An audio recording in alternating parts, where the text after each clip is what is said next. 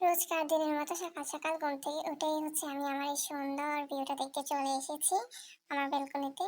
আসসালামু আলাইকুম, আব্বু ছোট মেয়ে বলছি। কেমন আছেন সবাই? আশা করছি যে যেখানে আছেন সবাই অনেক বেশি ভালো আছেন।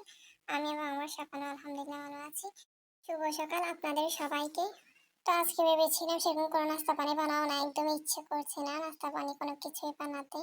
তো এরপর আব্বুর কল আসছিল, আব্বু কল দিয়েছে, আব্বু ফেনীতে এসেছে একটু ডায়াবেটিস চেক করার জন্য। তো কল দিয়েছে, আমাদেরকে জিজ্ঞেস করলো যে তোমরা নাস্তা পানি করেছো কিনা। আমি বললাম যে না আব্বু, এখনো করা হয়নি, আজকে কিছু বানাবো না, শুধু চা আর ব্রেড খাবো। তো আব্বু বললো যে আমি কিন্তু এখানে ফেনীতেই আছি, আমি যে নাস্তা করতেছি। আব্বু বলল যে তাহসিনকে পাঠাও, আমি ওর মধ্যে তোমাদের জন্য নাস্তা পানি পাঠিয়ে দিচ্ছি। ওকে আমি ঘুম থেকে উঠিয়ে ঠেলে ঠেলে পাঠিয়েছি। এরপর কিছুক্ষণ ওয়েট করেছিলাম, এর অল্প কিছুক্ষণের মাঝে ও নাস্তা পানি নিয়ে এসেছে। আর এর মাঝে ওসমান ঘুম থেকে উঠে গিয়েছে।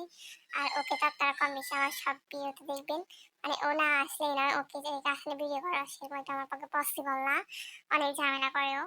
তো এরপর নাস্তা পানি পাঠালো, এগুলো আমি প্যাকেট থেকে খুলে নিচ্ছি এবং ওকে একটু ফ্রেশ করে দিয়েছে আপু উসমানকে।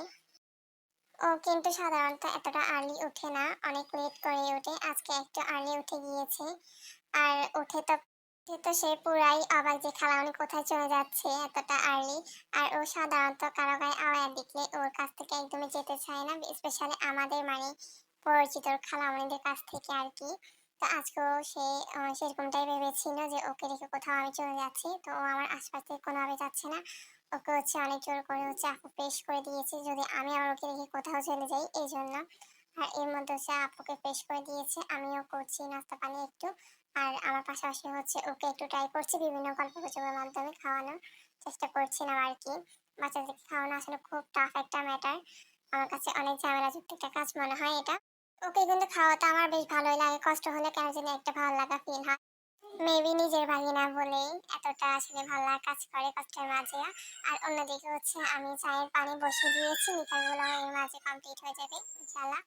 আর এই যে আমি তো কিচেনে চলে এসেছি চা মেক করার জন্য, এর মাঝে চা যতবার মেক করবো ওকে অল্প করে কিছু দুধ তাড়া দিতে হবে, ওইটা খাবে, না হলে যে তোর কান্নাকাটি শুরু করে দিবে। এখানে আমি আমার জন্য চাটা মেক করেছি একেবারে ঘন লিকার করে, দুধ বেশি করে দিয়ে।